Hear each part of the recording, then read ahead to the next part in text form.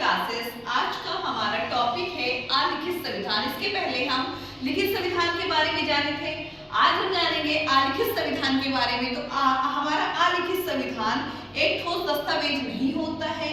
इसमें परंपराएं, कानून और न्यायालय यानी कोर्ट के निर्णय मिलकर संविधान का रूप लेते हैं। यह समय के साथ बदलता रहता है और समझने के लिए कई स्रोतों को देखना पड़ता है। Thank you.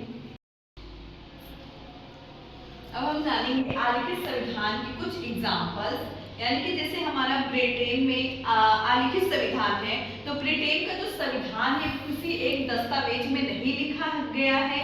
यह परंपराओं, ऐतिहासिक दस्तावेजों और कानूनों का मिश्रण है। फिर हमारा नेक्स्ट है न्यूजीलैंड।